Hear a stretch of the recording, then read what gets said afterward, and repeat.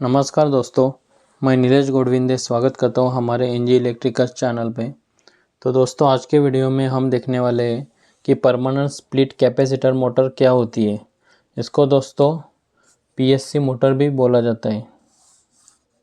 PSC motor मतलब इसका ही short form है पीएससी, और इसको दूसरा नाम है सिंगल वैल्यू कैपेसिटर मोटर, ऐसा भी बोला जाता है, सिंगल वैल्यू कैपेसिटर मोटर। दोस्तों, permanent split phase capacitor motor है, तो इसके नाम से ही पता चलता है कि ये मोटर में हम लोग जो कैपेसिटर कनेक्ट कर रहे हैं वो परमानेंटली कनेक्ट रहेगा। दोस्तों, इसका हम पहला डायग्राम देखते हैं। ये हो गई इसकी ऑक्सिलरी वाइंडिंग, इधर कैपेसिटर कनेक्टेड है।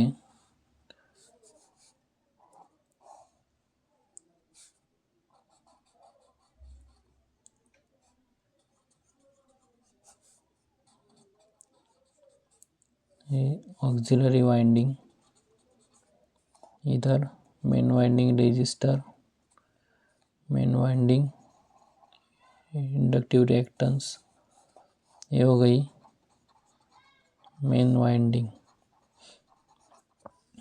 इधर है रोटर। तो दोस्तों, हमारी जो स्टेटर की वाइंडिंग है, स्टेटर में दोस्तों दो वाइंडिंग रहती है। और तो दोस्तों, परमानेंट स्प्लिट कैपेसिटर मोटर में जो कैपेसिटर कनेक्ट कर रहे हैं वो परमानेंटली कनेक्ट रहेगा, मतलब ये डिस्कनेक्ट नहीं होगा। मतलब दोस्तों, इस मोटर में हम लोग सेंट्रीफ्यूगल स्विच का भी यूज़ नहीं करते। दोस्तों, सेंट्रीफ्यूगल स्विच का यूज़ हम क्यों करते थे, तो हमने पिछले वीडियो में देखा कि कैपेसिटर स्टार्ट इंडक्शन मोटर जो होती है वहाँ पे हम कैपेसिटर सिर्फ मोटर को स्टार्ट करने के लिए यूज़ करते। बाद में हम वो स्टार्टिंग वाइंडिंग और कैपेसिटर को डिस्कनेक्ट करते थे। लेकिन दोस्तों, इधर हम क्या, ये कैपेसिटर है वो ऑलवेज हमारे सर्किट में कनेक्ट रहेगा, वो डिस्कनेक्ट नहीं होगा। मतलब वो रनिंग कंडीशन में हमारा कैपेसिटर ऑपरेट में रहेगा। दोस्तों, इस मोटर में कैपेसिटर परमानेंटली कनेक्टेड रहता है, इसलिए ये मोटर सेल्फ स्टार्ट होती है। लेकिन दोस्तों, इसका जो स्टार्टिंग टॉर्क होता है वो बहुत ही कम होता है। दोस्तों, कम मतलब कितना, फुल लोड से भी मतलब कम रहता है, 50% रहता है। मतलब दोस्तों, इसका जो शाफ्ट हमने हाथ से भी पकड़ा तो ये घूमेगा नहीं, मतलब टॉर्क उतना नहीं रहता कि वो ज़्यादा लोड को लेकर घूम सके। दोस्तों, इसमें इसका कंस्ट्रक्शन कैसा रहता है, तो इधर होती है मेन वाइंडिंग, इधर होती है ऑक्सिलरी वाइंडिंग। तो इधर मेन वाइंडिंग का रेजिस्टेंस REM, इधर ऑक्सिलरी वाइंडिंग का इंडक्टिव रिएक्टेंस XM, इधर सॉरी मेन वाइंडिंग का, इधर ऑक्सिलरी वाइंडिंग का रेजिस्टेंस RA, और इधर रिएक्टेंस इंडक्टिव रिएक्टेंस XC, और एक कैपेसिटर। ये कैपेसिटर परमानेंटली कनेक्टेड रहता है, और इधर सेंट्रीफ्यूगल स्विच वगैरह कुछ भी कंपोनेंट नहीं होता। तो दोस्तों, इसका जो कैपेसिटर है वो ज़्यादा वैल्यू का नहीं यूज़ होता। इसमें जो कैपेसिटर हम लोग यूज़ कर रहे हैं वो मतलब 2.5, मतलब हमारे फैन में यही मोटर यूज़ होती है। दोस्तों, ये मोटर हमारे मतलब सीलिंग फैन वगैरह रहते हैं उसमें यूज़ होती है। और पानी के लिए जो मोटर हम लोग यूज़ करते हैं उसका कैपेसिटर है वो अलग रेटिंग का रहता है, मतलब वो तभी हाई टॉर्क की ज़रूरत हमें रहती है। तो पानी के मोटर का कैपेसिटर हम 250 माइक्रोफैराड तक यूज़ करते हैं। इसमें हम 2.5 नहीं तो 2.7 ऐसा रहता है, इतना ही यूज़ करते हैं। और दोस्तों, कैपेसिटर स्टार्ट इंडक्शन मोटर है, उधर हमने देखा कि हम हाई वैल्यू का इलेक्ट्रोलाइट कैपेसिटर का यूज़ करते थे। लेकिन हम इधर इस मोटर में जो कैपेसिटर है वो सर्किट में ऑलवेज कनेक्टेड रहता है, इसलिए इधर हम लोग पेपर कैपेसिटर का यूज़ करते हैं।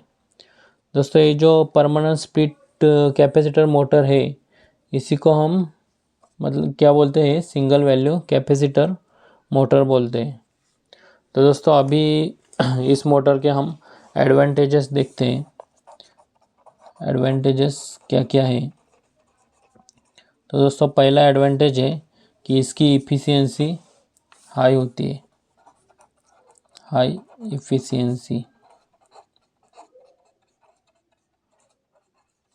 दोस्तों इसमें कैपेसिटर सर्किट में हमेशा कनेक्ट रहता है, इसलिए ये मोटर चलते समय इसका पावर फैक्टर मतलब अच्छा होता है और इसमें लॉसेस कम होते हैं। दूसरा दोस्तों एडवांटेज है स्मूथ ऑपरेशन।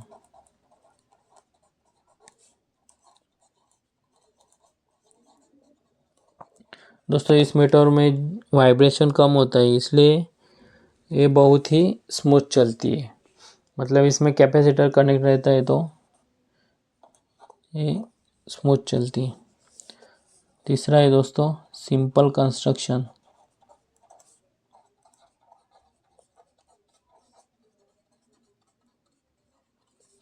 दोस्तों परमानेंट स्प्लिट फेज। तीसरा है दोस्तों सिंपल कंस्ट्रक्शन। दोस्तों इस मोटर में सेंट्रीफ्यूगल स्विच का ज़रूरत नहीं होती। स्विच न होने के कारण इसका जो कंस्ट्रक्शन है वो सिंपल रहता है और इससे इसमें कुछ टूटने की नहीं तो इसका मेंटेनेंस ज़्यादा, इसकी संभावना कम हो जाती है। दोस्तों चौथा है लो मेंटेनेंस। वही हमने देखा कि इसमें ज़्यादा मतलब सेंट्रीफ्यूगल वाइज मेंटेनेंस। दोस्तों इस मीटर में कोई स्विच या ब्रश नहीं होते, इसलिए ये मतलब फ्रिक्शन नहीं होता, इसलिए बहुत कम मेंटेनेंस की आवश्यकता होती है इस मोटर में। ये लंबे समय तक बिना किसी रुकावट के चल सकती है, मतलब काम कर सकती है। पांचवा एडवांटेज है दोस्तों रिलायबिलिटी। रिलायबिलिटी दोस्तों स्विचिंग मैकेनिज्म न होने के कारण इसमें मैकेनिकल फेल्योर होने का खतरा बहुत कम रहता है, जिससे यह अधिक भरोसेमंद बन जाती है। तो दोस्तों अभी हम देखने वाले हैं इसके डिसएडवांटेजेस क्या क्या हैं। डिसएडवांटेजेस। तो दोस्तों पहला डिसएडवांटेज है इसका स्टार्टिंग टॉर्क बहुत ही लो होता है, लो स्टार्टिंग टॉर्क। दोस्तों मतलब इस मोटर में ये सबसे बड़ा डिसएडवांटेज यही है कि ये मतलब ज़्यादा टॉर्क पैदा नहीं कर पाती, इसलिए इसे भारी लोड को चलाने के लिए नहीं यूज़ करते। दूसरा मतलब लो स्टार्टिंग टॉर्क होने के कारण उसका अनसूटेबल फॉर हेवी लोड। मतलब दोस्तों यही है कि वो सूटेबल नहीं है हेवी लोड को चलाने के लिए, मतलब इसमें बहुत कम ताकत पैदा होती है, लो स्टार्टिंग टॉर्क। तीसरा डिसएडवांटेज है दोस्तों स्पीड कंट्रोल इश्यू।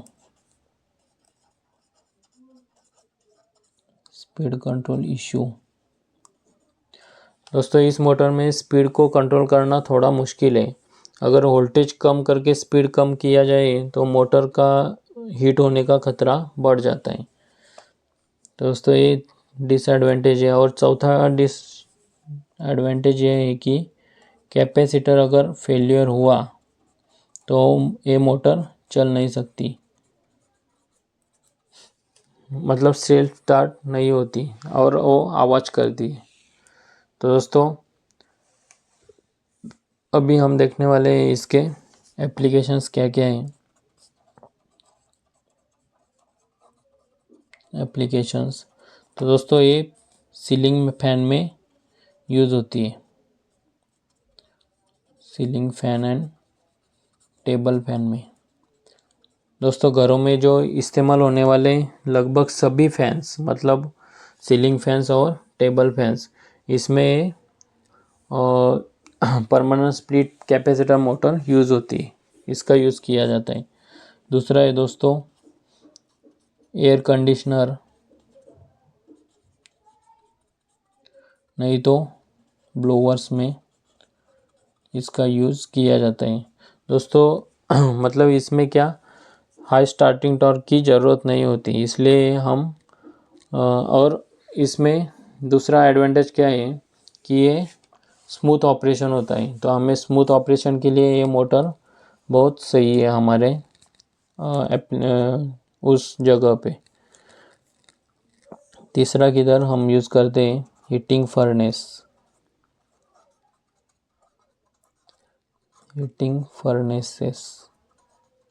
मतलब दोस्तों हीटिंग सिस्टम में जो हवा बाहर निकालने के लिए हम ब्लोअर लगे होते हैं, उसमें हम ये मोटर का यूज़ करते हैं।